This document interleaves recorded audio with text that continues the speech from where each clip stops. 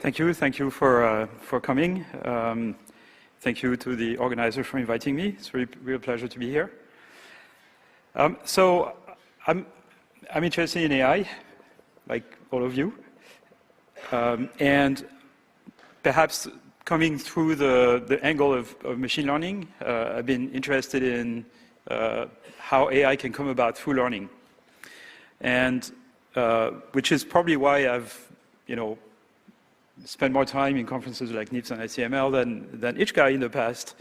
But I did give a tutorial at AAAI many years ago on neural nets. What I like about each guy, though, is the very wide diversity of topics. This is something that was just talked about.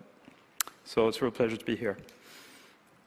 So almost all the practical applications of machine learning today, what people now call AI, a little, a bit of an abuse of language, but the new AI, if you want, is due to supervised learning. And we all know what supervised learning is. You want to train a machine to distinguish images of cars and airplanes. You show it thousands of examples of each of those categories, and you tell the machine the correct answer, and it adjusts its internal parameters so that the answer you want, the answer the machine produces is very close to the answer you want. And this has been incredibly successful in a host of very useful applications that are very widely deployed and used literally hundreds of trillions of times per day for things like speech recognition, image recognition, face recognition, generating captions for photos, as we just talked about, classifying text into topics, translating, things like that.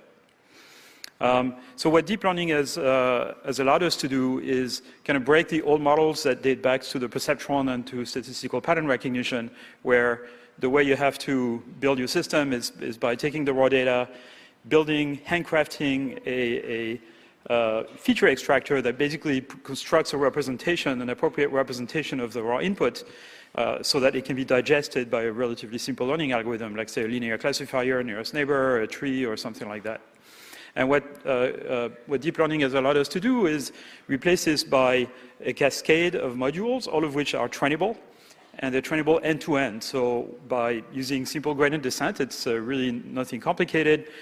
We can feed the system with raw inputs, and by appropriately designing the cascade of modules, the modules can not just learn to classify everything, but also learn to produce appropriate internal representations and features to achieve the task. That's really what deep learning was always about.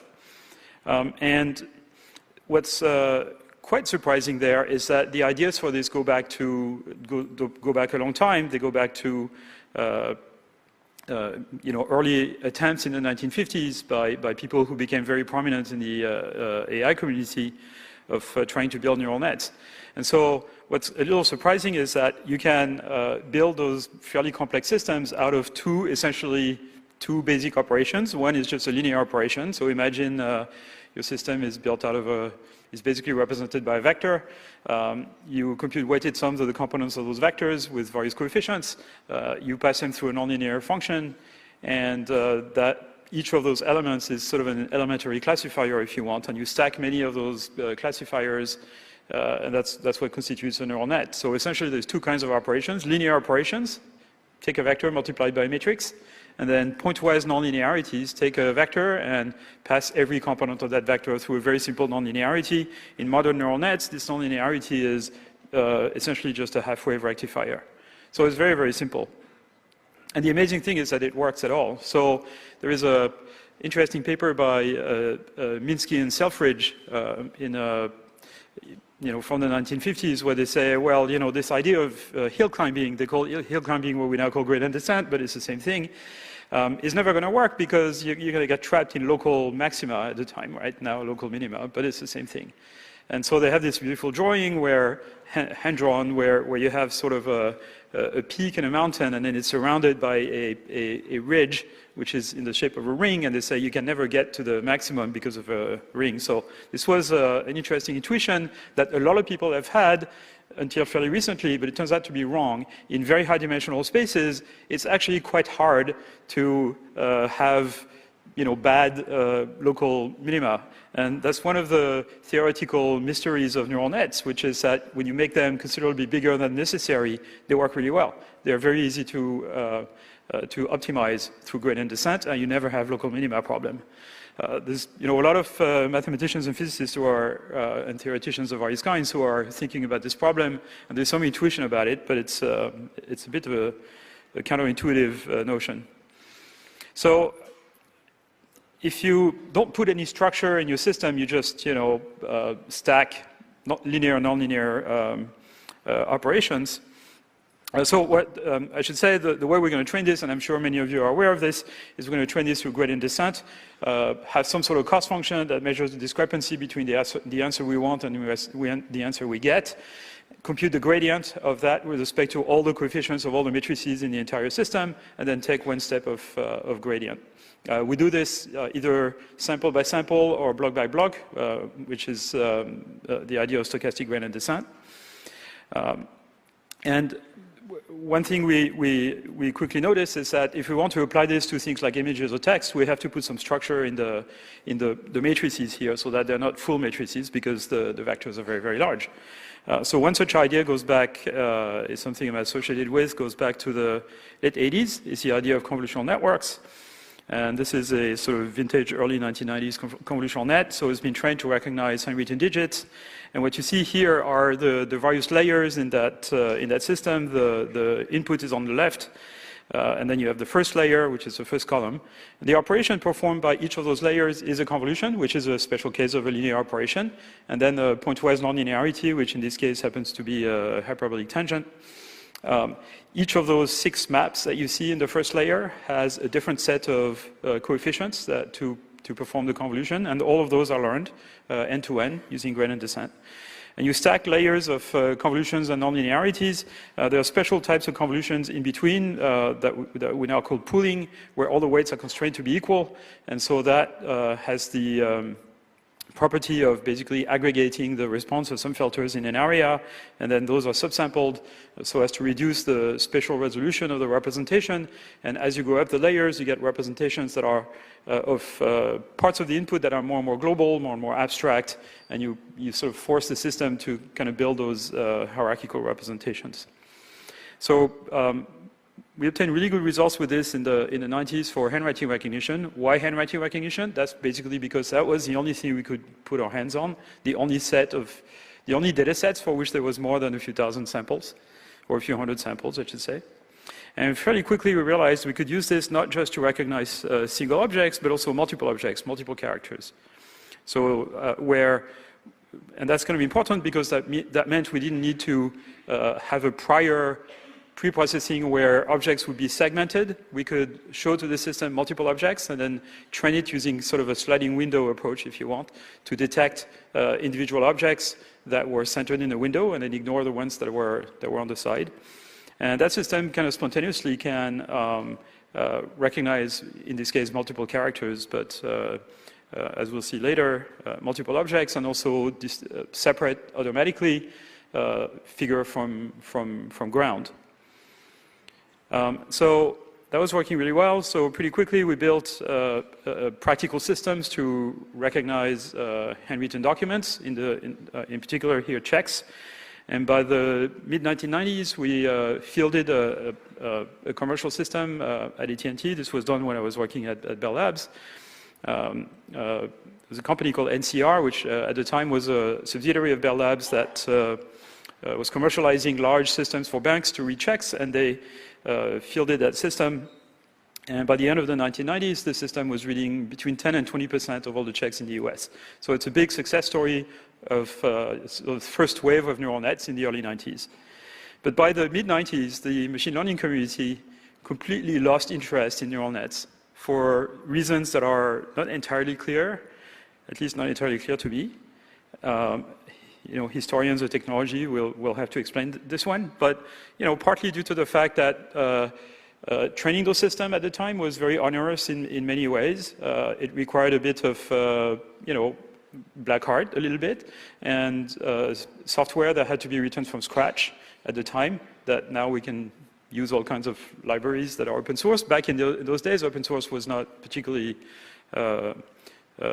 prevalent, and companies were kind of possessive about software. So, and then there was, very, very few domain areas where there was enough data to train those very large learning models. They all required thousands and thousands of examples, if not more.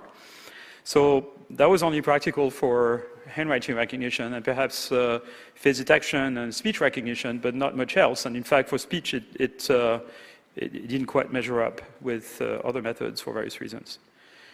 So I actually stopped working on machine learning between 1996 and 2001. I worked on other things, image compression in particular, and came back to it in the early 2000s, in particular with a project with sort of self-driving robots. So this was a small robot. This was around 2003, just when I was joining NYU and leaving industry. I worked together with a small company in New Jersey called Netscale Technologies, and we built this little robot that we trained by imitation learning. So we basically trained a convolutional net to emulate a human driver by being shown the images coming from two cameras in the little truck and recording the steering angle from the human driver, and then the machine would learn to associate one to the other. And turns out this was a very short project, very quick, but it worked really well. And so we showed the result to DARPA program managers who said, this sounds really interesting, let's start a large program on machine learning for robots. And that ended up being what was called the LAGER project, Learning Applied to Ground Robots, which started around 2005 and ended around 2008. So the LAGER robot was built by NREC at Carnegie Mellon. It's a robot like the one you see on the top left. And the idea there that we used was to use convolutional nets to do semantic segmentation. So basically apply a convolutional net to every pixel in an image. So the convolutional net would look at a fairly large patch around each pixel, but be applied to the entire image with a sliding window. It's very efficient to do this with a convolutional net. You can do this very, very cheaply. And then label every pixel as to whether it's traversable or not. So the problem, of course, is how do you collect training data? You're not going to collect a bunch of images and sort of manually label every pixel. But what happens there is that we can use classical computer vision, stereo vision, to figure out if a particular pixel is on the ground or is above the ground using 3D reconstruction, essentially. So that works, except it only works up to about 10 meters. So past 10 meters, there is not enough resolution in stereo from classical baseline and resolution to be able to tell if a pixel is above the ground or on the ground. But that's enough to, even all the pixels within 10 meters, that's enough to train a neural net to figure out what is above the ground and what's not above the ground. So you use those labels automatically collected to train the convolutional net, and then you can apply the convolutional net to monocular data and apply it to the entire image, and it tells you whether there's a path beyond 10 meters. So that system worked quite well. Of course, the robot was completely autonomous, so it had sort of Pentium laptop class computers in the belly, 3 of them. And so we could only run the neural net at about 1 frame per second. So we used it to do long-range vision, and then for short-range vision, we had a low-resolution, 8 frame per second stereo vision system, particularly for handling unexpected obstacles. So system labels the entire image, then we can map the traversability indices into a map centered on the robot, and then use this map to do planning, to go to a particular goal defined by GPS coordinates. So that's the robot in action. The video is accelerated twice, and it's being annoyed by pesky grad students who are entitled to be pesky because they actually wrote the code for this. And so they're pretty sure the robot is not going to run them over.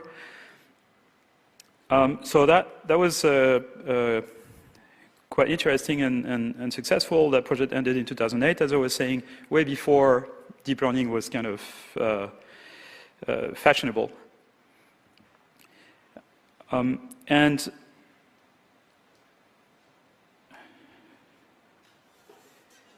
I can't switch side. Here we go. Oops, I went a little too far, too quickly. What happened next was we realized that this idea of semantic segmentation could be used not just for traversability index, but could be used for labeling every pixel in an image with the category of the object it belongs to.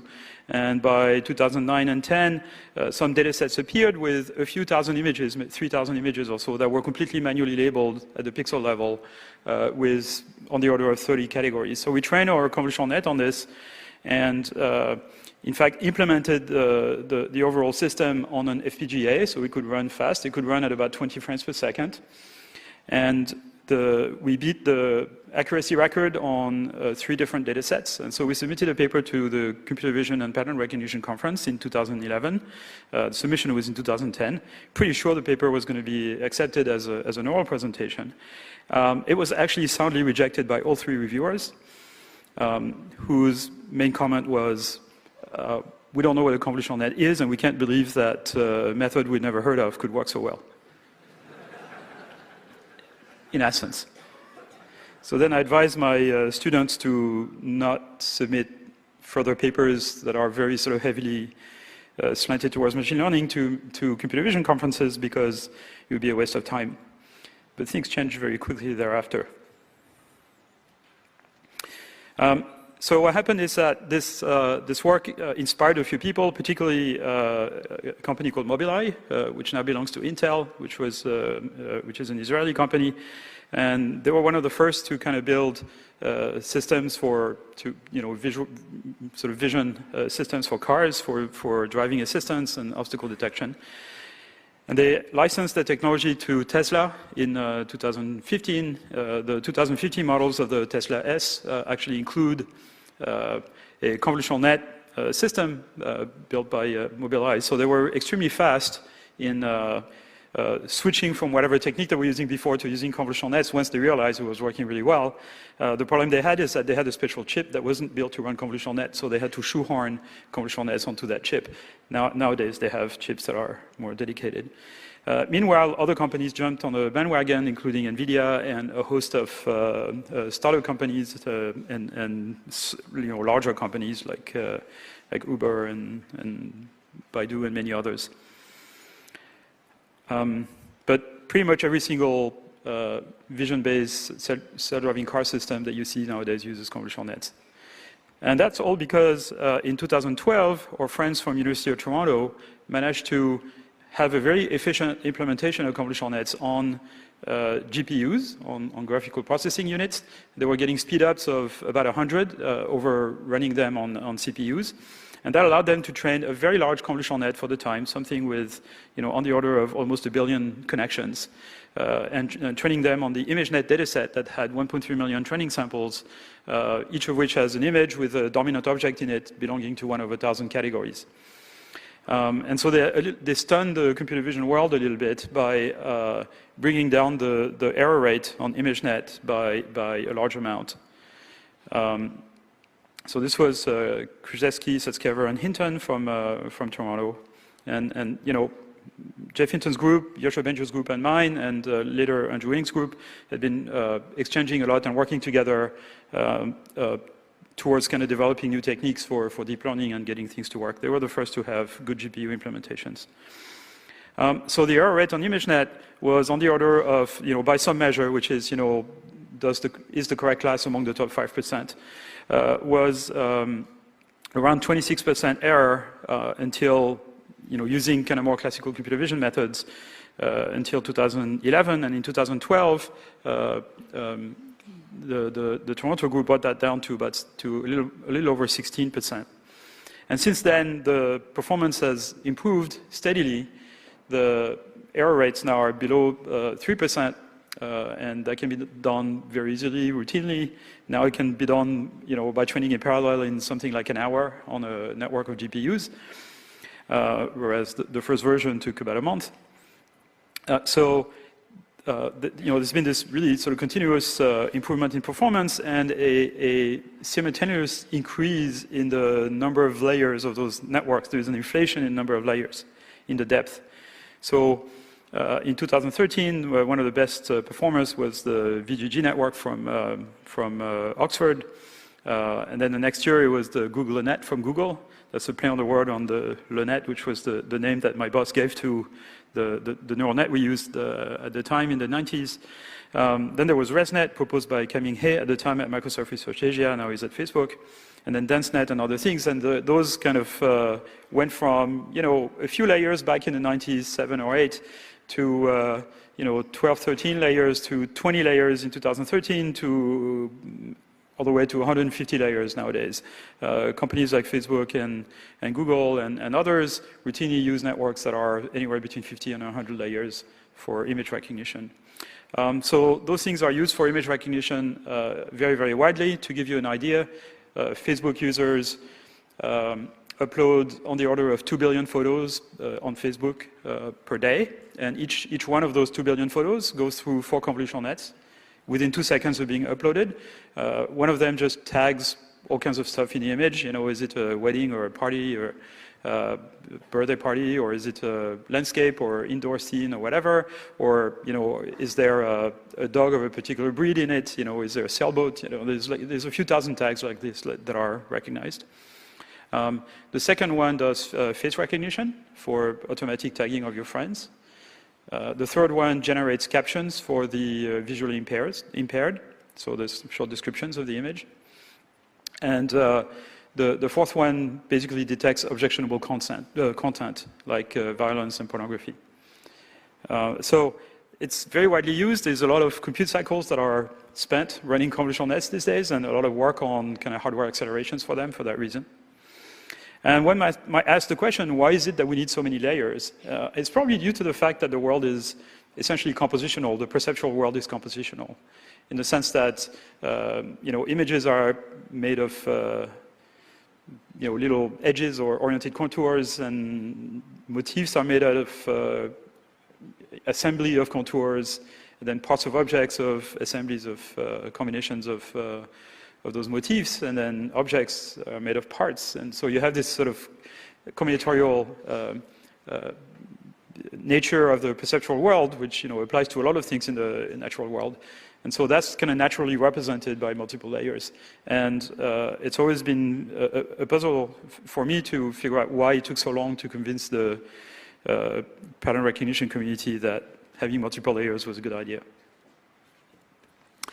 Here's a recent experiment done at Facebook which shows that there is a very interesting avenue now where people use supervised learning that is less and less supervised. So this particular experiment was done very recently, where my colleagues took 3.5 billion images from Instagram. These are public photos posted by Instagram users. And whenever people post photos on Instagram, they very often type hashtags to kind of index or describe the content. And so what they did was take the 5,000 or so most frequent hashtags that appear in Instagram photos, and then trained a convolutional net to predict which hashtags would appear for any photo. So it's very weak signal because hashtags, sometimes don't represent anything about the image, but they train this anyway. And then what you do is you chop off the last layer, and then you retrain the last layer, or retrain the entire network, starting from the pre-trained network pre-trained on hashtags. You retrain it on another task, for example, ImageNet or the COCO dataset or some other dataset of this type. And the interesting thing is that they've been able to beat the records on a number of different datasets this way. So there is a big advantage in learning good generic representations with convolutional nets, and it helps to solve any particular task.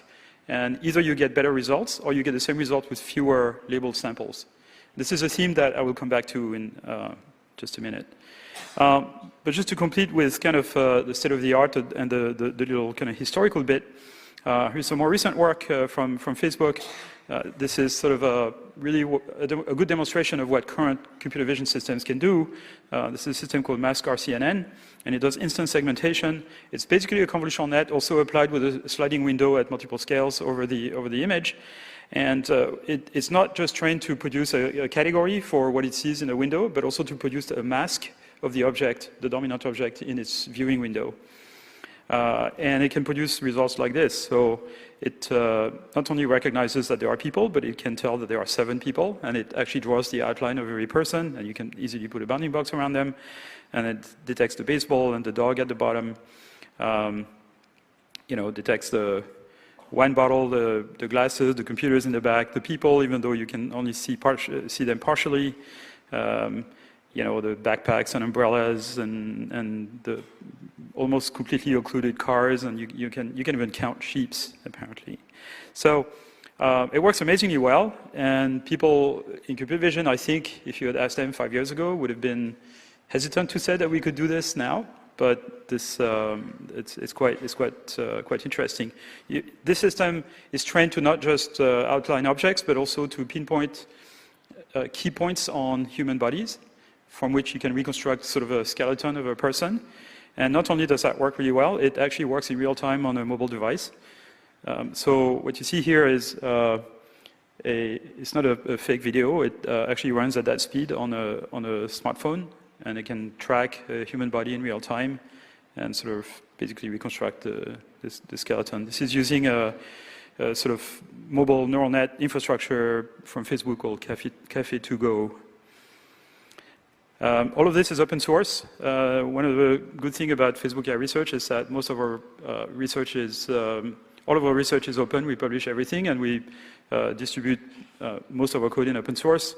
This whole system is called Detectron, and you can download it and play with it. There's 2 versions, one written in Café 2, which is sort of pure C++, and another one that is written in PyTorch, which has kind of a front end. Another project, this one took place at Facebook AI Research in Paris.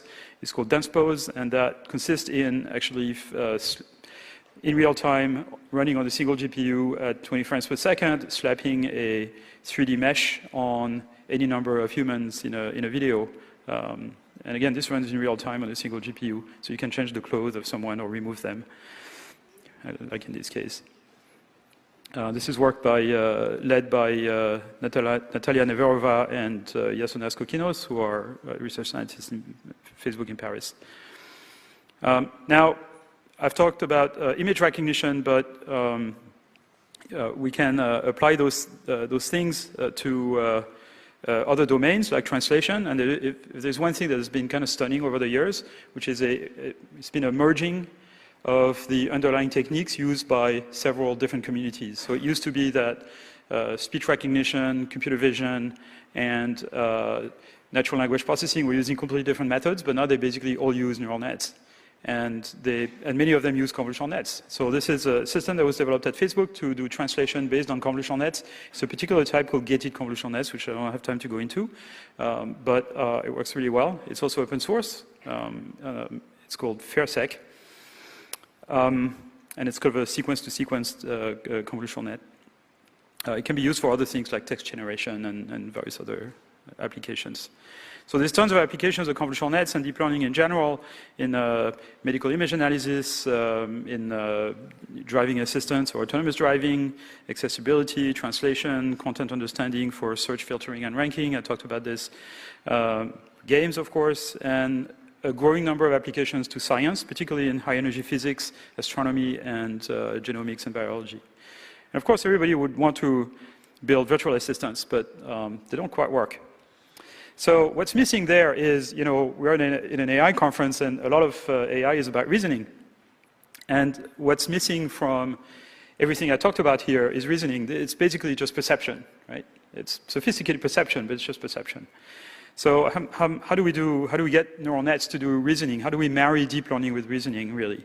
And there's a bunch of really interesting work in that direction, augmenting neural nets with memories, which have been done in part by some of my colleagues at Facebook, Jason Weston and his colleagues, something called memory network, where you basically have a piece of the network that is dedicated to being a memory, a little bit like a RAM, except that it's differentiable. And the system can use this as a scratchpad memory, if you want, to solve particular problems, like, say, hold a dialogue and answer questions about movies. And these systems basically are asked a question, and then they access the memory multiple times and produce the answer. They're trained end-to-end in supervised mode by being fed answers.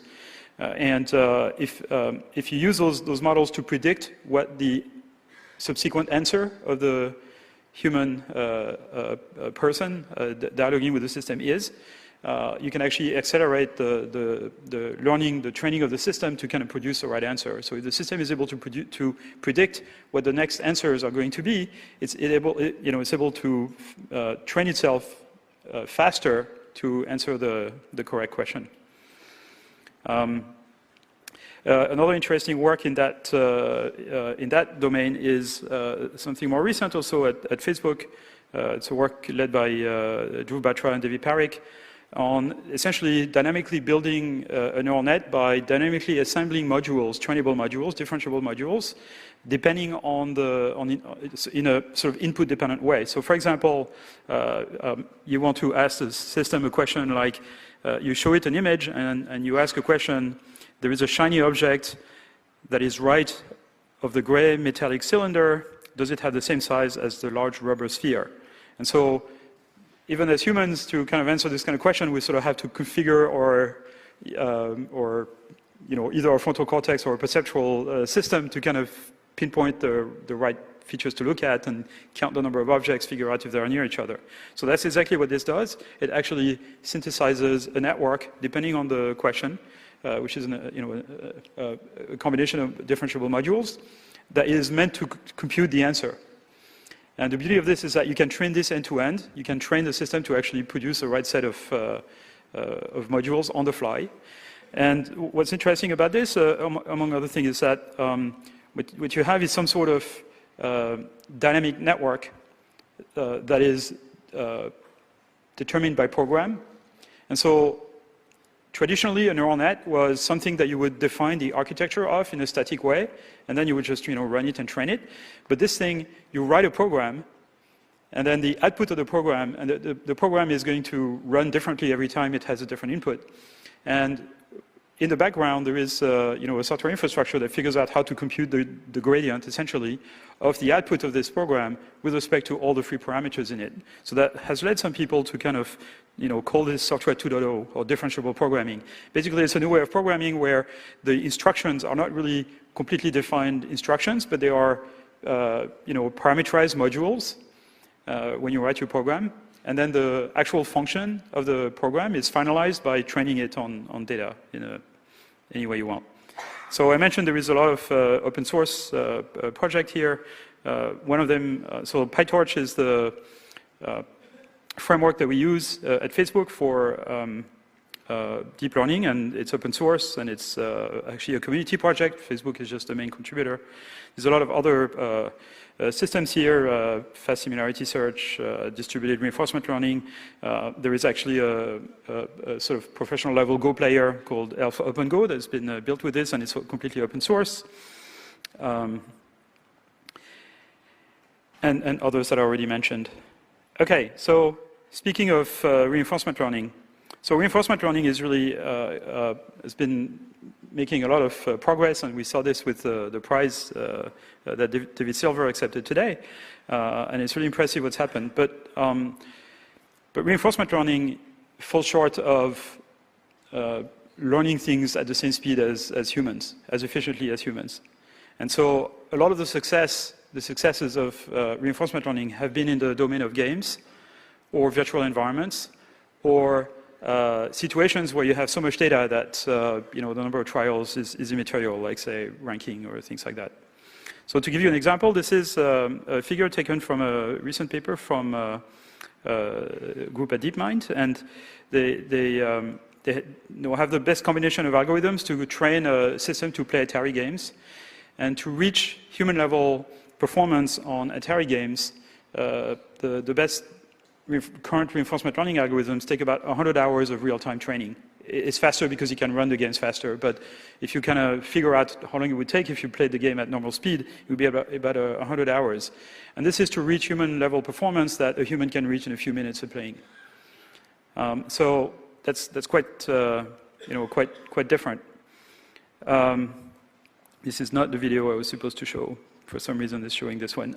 Anyway, this was supposed to be a video of an agent playing Doom, And RL works really well for games. There's no question about it. And that's because you can run games really fast, faster than real time in parallel.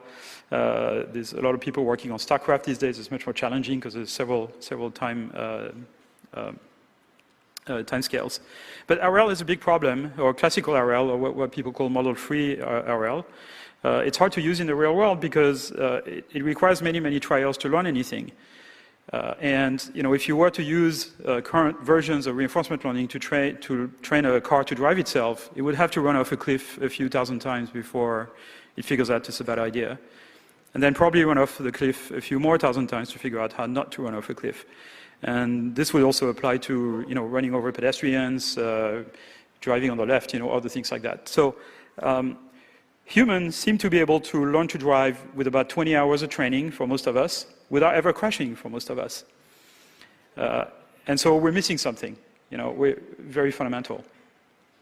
So what are we missing to get to real AI, really? That's what we're asking. How do we get machines to learn as efficiently as humans and animals? Supervised learning needs too many samples, reinforcement learning needs too many trials, and machines don't have common sense. Common sense is the red herring of AI, if you want. So why is RL the sample efficiency of RL so terribly bad? There is no, most RL systems that we use today have no task-independent background knowledge about the world, like most humans do.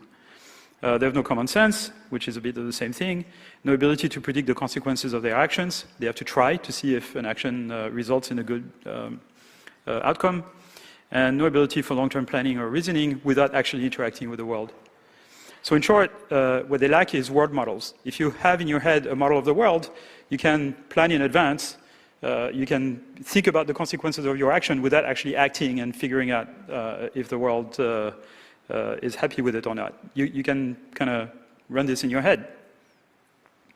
And that causes us, the absence of world model, causes us to not be able to build things we want to build. So, we'd like to be able to have machines with common sense because they would be the basis for dialogue systems and virtual assistants that would really help us in our daily lives.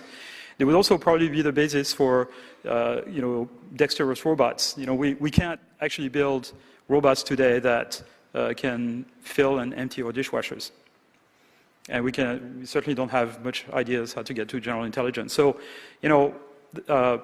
this problem of modeling the world maybe is a big issue, and that was the title of my talk. So how do humans and animals learn? How do we learn so quickly? So if you talk to developmental cognitive scientists like Emmanuel Dupuy, who is in Paris, they do experiments like the one you see on the top left, where you take a little cart, you put it on a platform, and then you push the little cart.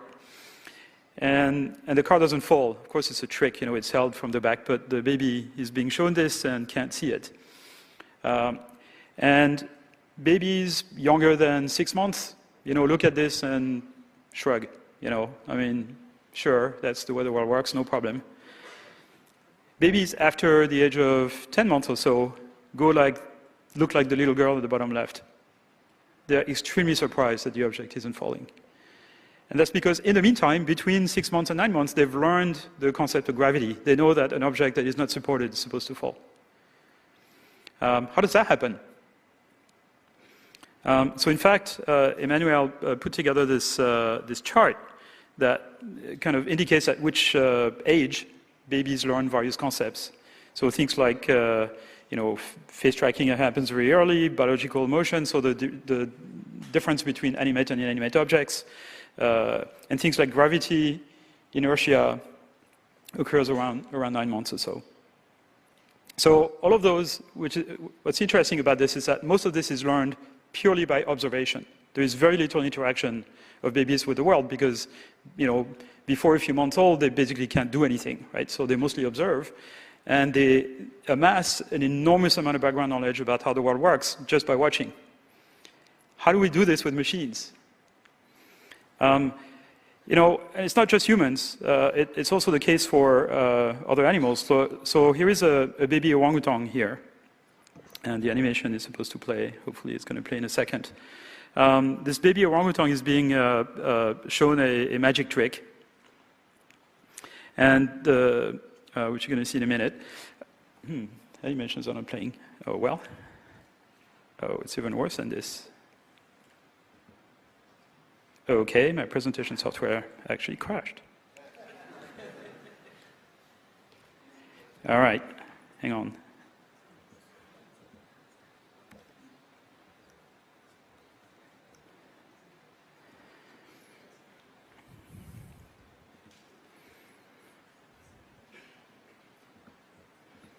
Just bear with me for 1 minute. Actually less than 1 minute, hopefully.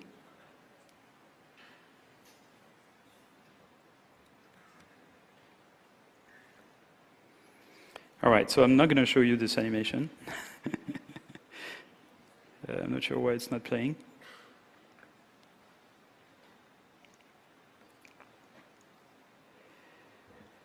Okay, let's see.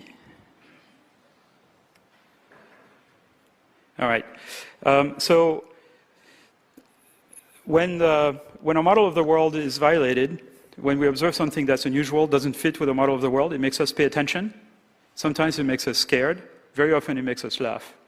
And that little animation of the orangutan was this baby orangutan being shown a magic trick and then rolling on the floor laughing because, you know, it breaks its model of the world. And he's actually laughing. Okay, so here is a concept that might help on the way to sort of get machines to really sort of accumulate a lot of background knowledge about the world, and it's the concept of self-supervised learning. Basically, the idea is to predict any part of an input from any other part. Some people used to call this unsupervised learning. I think it's kind of a confusing word. So imagine you have a snippet of video, and you've observed the past, so the purple stuff is the past that you observe.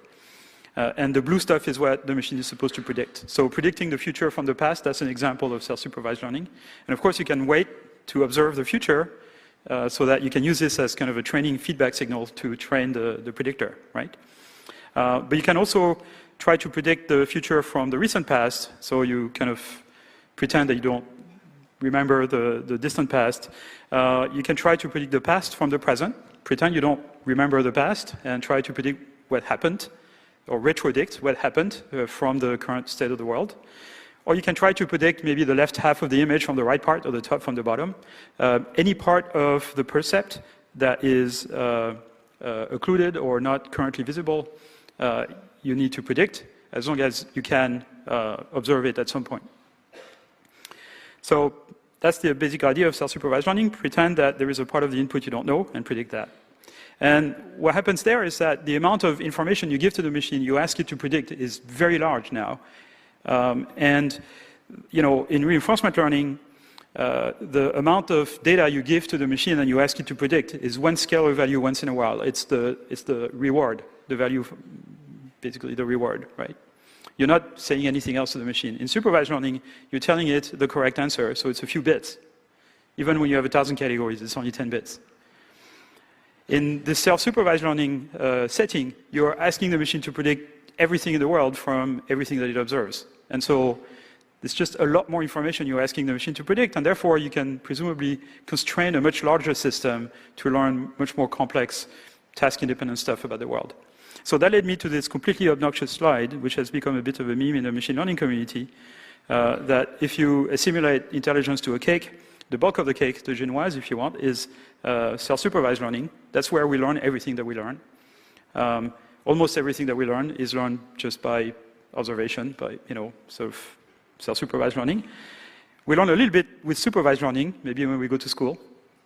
And we learn a tiny amount through reinforcement learning. And so that is the cake analogy, with reinforcement learning being the cherry and the cake. But note that this is a Black Forest cake, and the cherry is not optional. So this idea of unsupervised or self-supervised learning as being essential is not my idea. Jeff Hinton has been kind of trumpeting this for 40 years or something like that. And I was skeptical at first, but sort of rallied to his opinion in the last couple of decades. And you know, we might ask what self-supervised learning allows us to do, and it allows us to fill in the blanks. And that's a very important aspect of common sense, if you want. So whatever the next revolution in AI will be, it will certainly not be supervised nor purely reinforced. My guess as a machine learning person is that it will be based on machine learning, and they will have some component of deep learning, of course. So, could self-supervised learning lead to common sense? There is, a huge amount of things that we infer about the world, and maybe it's based on all the background knowledge about how the world works that we've accumulated.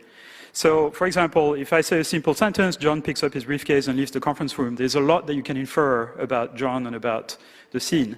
Things that, are due to our knowledge of human society, that John is a man, he probably works. But, also things that seem completely obvious, but are not obvious to a machine unless it's learned it. The fact that John is not going to dematerialize from the room, is going to actually walk towards the door, it's not going to go right through the wall, it's not going to fly, things like that, basic things about physics that we've learned. So there's a huge amount of information we can derive from just those few words. And common sense is what allows us also to interpret pictures like the ones here at the bottom right. Current event just happened yesterday evening. This is President Macron after the French victory in the World Cup.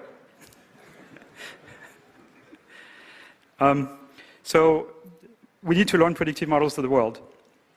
And this is something that people in optimal control have been doing for many years. Basically, you have a system you want to control, and you build a model of it. You do system identification if you need to identify parameters, and then you use it to kind of roll out a sequence of commands, and then you optimize the sequence of commands to minimize a particular objective function. That's classical optimal control. And in AI, that's pretty much the way things should work too. We should have sort of a world model in our head of how the world works, and then we can, in our head, kind of play sequences of actions and see what the result is, and perhaps optimize the sequence of action in advance. That's called, in the context of reinforcement learning, that's called model-based RL. And the problem of model-based RL is that it's very hard to make it work, because it's hard to make models of the world that are accurate. But that's kind of the way you would use them. You would roll out and then figure out a sequence of action that satisfies the criterion, and for a particular criterion. So in the interest of time, I'm going to skip a couple of things. So the main issue with the world is that the world is not entirely predictable. So if I put a pen on the table and I show this little video to a machine, and then I ask it, predict what's going to happen next, predict the next few frames in that video, the machine can predict that the pen is going to fall, probably. You can predict that the pen is going to fall, but you can't really predict in which direction. And so our model of the world has to be a model that can predict not just one point, but a whole set of potential plausible futures. And what that means is that this model has to have access to a latent variable that essentially parameterizes this set of potential futures, the set of plausible predictions. Okay, so this red ribbon here is a set of possible predictions. There's a latent variable z that you can vary, and when you vary it, the predictor basically spans the entire set. That's a latent variable model. So now what we need is to train this machine is basically an objective function that tells us if the output of the network is on the red ribbon or outside, and hopefully will tell us some indication of in which direction to change the output so that it gets closer to the red ribbon. And the problem is that we don't know what the red ribbon is, so we have to train another neural net to tell us if we're on the red ribbon or not.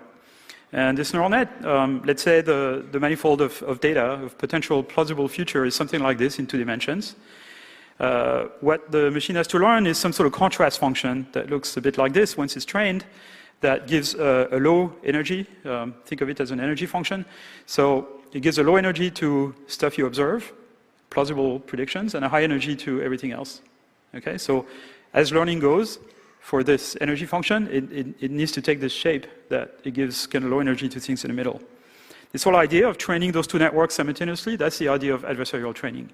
I'm sure you've heard of this. And so the idea of adversarial training is that you have the discriminator that basically tells you if you are on the red ribbon or not, if you are on the manifold of plausible predictions or outside. And you train it by showing it examples that comes from data and telling it, make your output small. And then showing it predictions by a predictor, which presumably initially is bad, and you tell it, make your output large. Okay, simultaneously, the generator trains itself to, so what happens when you train the discriminator is that this function takes some shape like this, where the green points are pushed up, the blue points are pushed down. And the generator is simultaneously being trained to bring its green points closer to the blue point, and it gets the gradient of that contrast function, so it knows in which direction to change its output, so its green points get closer. So this idea of adversarial training, has had an enormous amount of success. These are completely non-existing fake bedrooms generated by adversarial net. This comes out of a paper called DCGAN that is a few years old. One of the authors is from Facebook. This is more recent work. This is a generative adversarial network that was trained on photos of celebrities. This work is from NVIDIA. It was published at Clear this past year. These are non-existing celebrities. So basically, it's a deconvolutional net. So it's a convolutional net backwards, if you want. You feed it random numbers, and out comes an image of an alleged celebrity. And those are examples of what comes out. And they don't look like any of the samples in the training set. So it's pretty impressive. We can use those things to do video prediction. So this is what so this is more the idea of self-supervised learning. Without going into details, if you train with just least square, so you take a large convolutional net, you show it a few frames, ask it to predict the next few frames, and you train it with least square, you get blurry predictions. And it's because the machine cannot decide among all the possible futures which one to produce, so it produces the average of all the images that are possible. Okay, so you get a blurry picture. If you train with adversarial training, you get predictions like the one at the bottom. The first 4 frames are observed, the last 2 are predicted. This is another example where it's been trained on short snippets of videos from New York apartments. And as the camera rotates, it has to invent what the rest of the apartment looks like. And so it kind of invents the bookcase here at the bottom and the couch and everything. If you're interested in a self-driving car, there is it might be more interesting to work on videos coming from dashboard cameras in cars. And then this is some work also done at Fair Paris by Pauline Luc and Camille Coupry, where here we've run the mask RCNN engine on the images, and then we run a predictor, and the predictor tries to predict those maps of semantic segmentation. It can predict that, so here it's the same, the initial frames are observed, and then the last 3, I think, are predicted. And so it can predict that when a pedestrian starts crossing the street, it's going to keep crossing the street, and then a car in front of you is starting to turn left, it's going to keep turning left. And so that is very useful for a self-driving car to be able to predict what's going to happen. And the last thing I want to show you is latent variable models. So these are not adversarial training. This is another way of solving the problem of multiple predictions using latent variable models. And I don't have to go into details, but suffice to say that the architecture here is sort of an encoder-decoder architecture where you show an input to the system, it produces a code, then it runs through a decoder that tries to predict the future, for example. And of course, it can't predict the future entirely because there is uncertainty in it. So you introduce a latent variable z, which is additively combined with the code. And that variable z is some part of the time set to 0, some part of the time is allowed to be predicted from a deterministic function that takes into account either the observed future or the error, the prediction error. And so it's cheating a little bit, but it's a way of limiting the information content in the z. And one application of this is for self-driving cars, and I just want to show you quickly, if I can.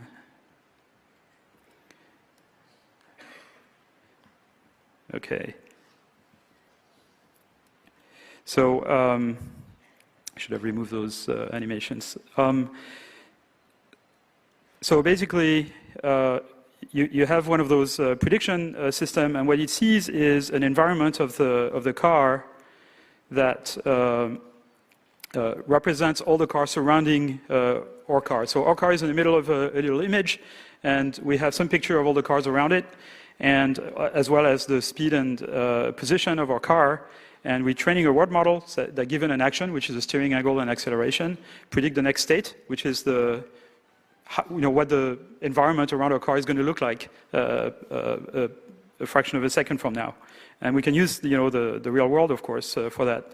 So if we train a direct deterministic predictor on this, we get this kind of prediction. So on the left is what happens in the world, and on the right is, from the same initial condition, what is predicted by this deterministic model. And what you get is this blurry prediction again. Okay, so bad idea. So now you can replace this with a latent variable model. If I can show it, here we go. And this latent variable model allows itself to kind of have a latent variable that will take up the slack that was not predictable previously. And what you see here on the three column on the right are different predictions for different sampling of the latent variable. And so these are completely made up, dreamed future scenarios from the system, from different drawings of the latent variable. And they all look reasonable. We don't know which ones will actually occur in the world, but they all look decent. So we can use those models for prediction and for planning. And I'm horribly out of time. I'm actually over time by a huge amount. So I'm just going to, if my presentation software allows me, I'm going to show you the last slide, or maybe not. Okay, I don't know if we probably don't have time for questions, so I may not be able to show you the last slide. The last slide was showing planning using this forward model to avoid accidents. So basically, learning how to merge into highways. And I apologize for the mishap here. Never install a new version of your presentation software just before I talk. Ooh, wow. Okay. All right. So, okay, let me show you my conclusion slide. Oh, this is not my conclusion slide.